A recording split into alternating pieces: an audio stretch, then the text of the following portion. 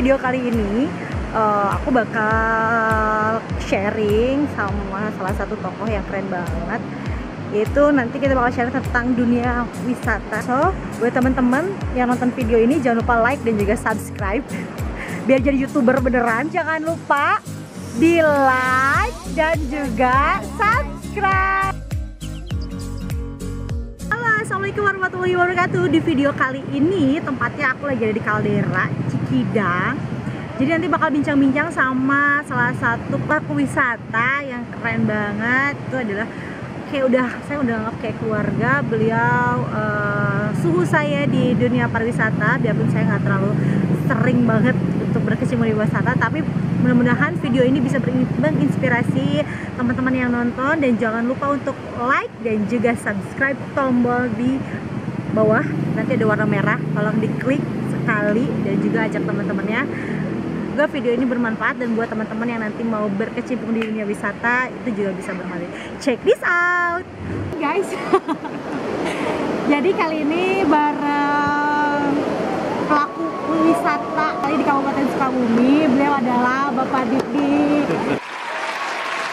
Bapak sebagai pelaku wisata yang sudah terjun di dunia wisata, kira-kira udah berapa lama nih Pak? Kurang lebih 8 tahunan. 8 tahun. Lebih. Wow. Untuk di daerah Kabupaten Sukabumi, ini wisata apa sih yang paling menonjol dan bisa menjual buat masyarakat luas? Sukabumi Kabupaten. Nilai jual Sukabumi kan ada di adventure ya, di alam lah. Kita punya laut, sungai, rimba, gunung.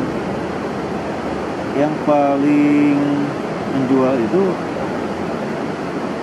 wisata alam. Kita punya ada Gunung Gunung Salak, punya Taman Nasional Gede Pangrango, Dampit, ada penangkaran penyu yang di Gunung Genteng, ada rafting di Cikidang. Gimana sih kiat-kiat buat teman-teman mungkin yang sebenarnya mereka tuh punya jiwa adventure itu biar bisa yang mau terjun ke dunia wisata sebenarnya menurut Bapak yang udah 8 tahun? Nggak ada kiat-kiat khusus ya, cuman patokannya sebagai jasa wisata lingkungan, wisata konservasi lah. Pertama kita itu jangan pernah sekali-kali membuat atau mengecewakan tamu. Artinya apa yang kita sampaikan, apa yang kita berikan data ke tamu itu tidak boleh lepas dari data fakta yang sebenarnya.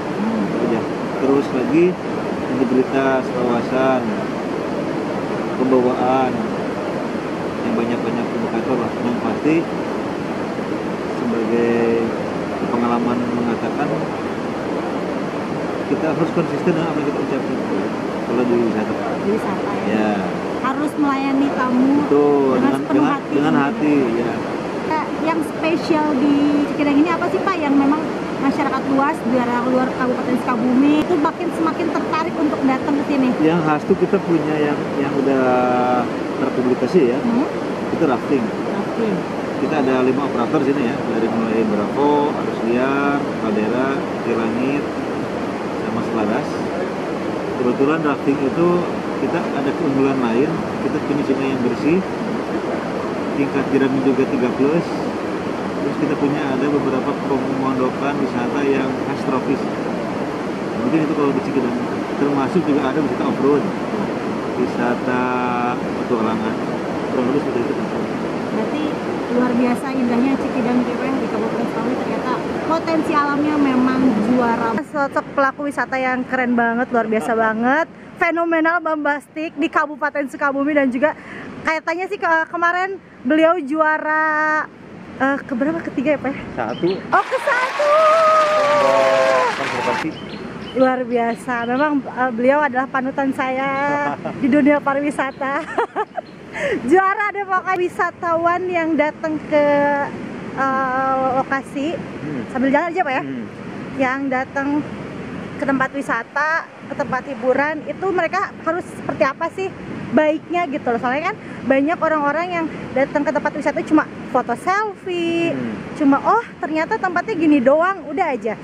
Kalau menggunakan bahasa gini ya Pak Teh Sali, kalau mau main itu harus sampai pecah. Pecah itu kalau kita main ke pantai harus basah.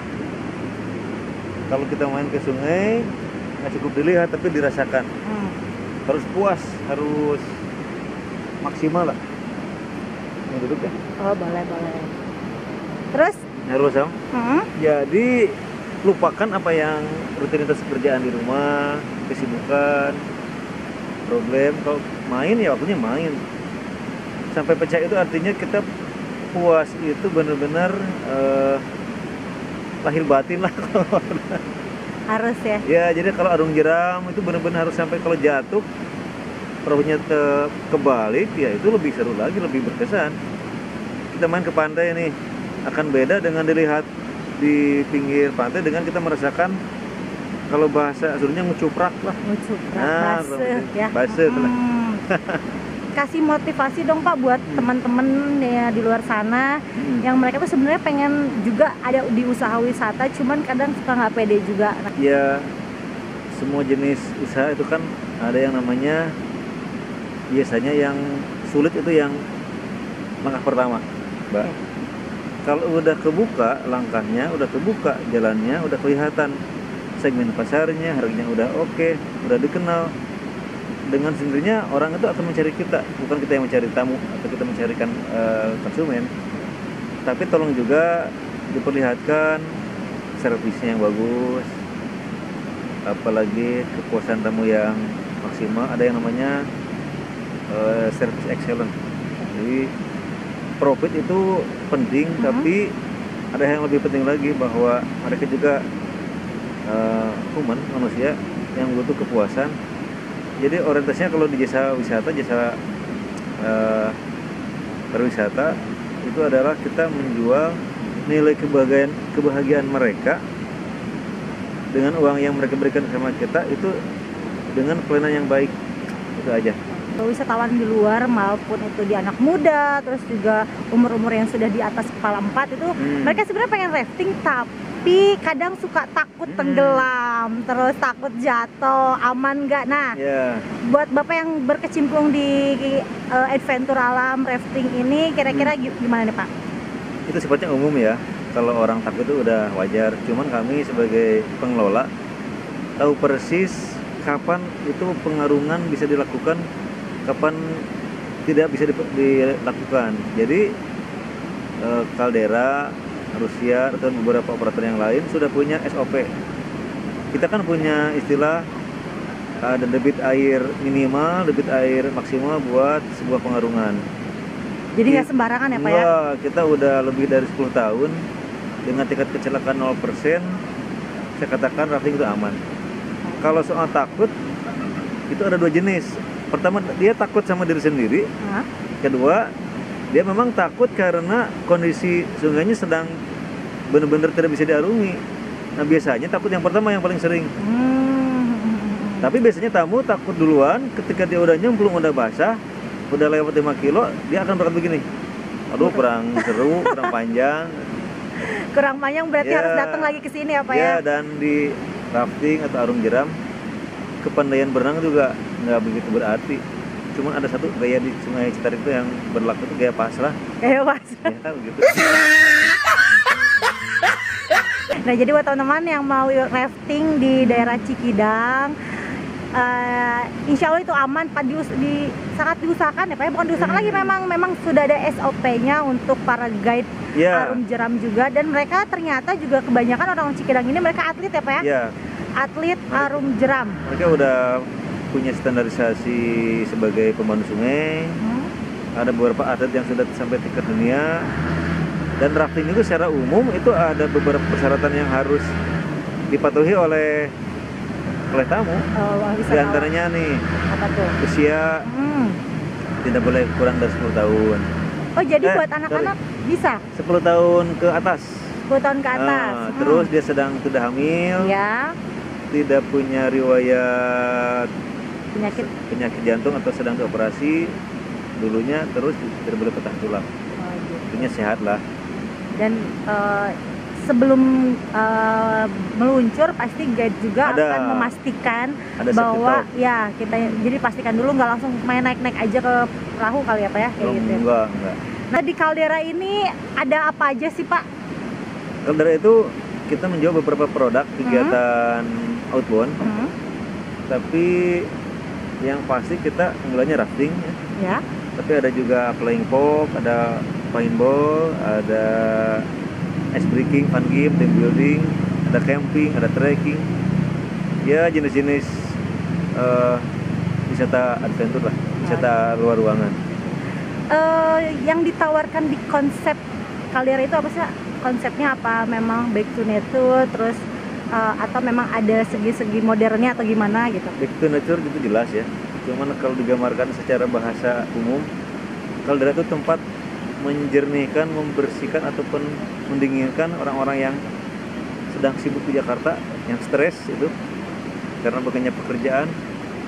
Di weekendnya di sini kita dicas biar kepalanya lagi segar lagi, spiritnya tumbuh lagi, terus lagi produktivitasnya nambah lagi. Itu kita udah ada beberapa program-programnya buat itu. Keren banget. Terus kan tadi kan kayak rafting itu memang kebanyakan buat orang dewasa. Nah, untuk anak-anaknya kegiatan aktivitasnya apa aja sih? Anak-anak untuk di sungai kita ada yang namanya baby salamander. Baby salamander itu untuk kegiatan pengenalan sungai. Tapi dia tidak mengadakan pengarungan seperti halnya rafting biasa. Dia hanya putar-putar di flat. Dia belajar bagaimana menggunakan pelampung, bagaimana mendayung, dan dia juga bisa dipandu sama guide-nya buat menikmati sungai. Bisa berenang, bisa lompat dari batu ke sungai, tapi yang aman ya. Itu buat usianya yang di bawah 10 tahun sampai 5 tahun. Wah, keren banget.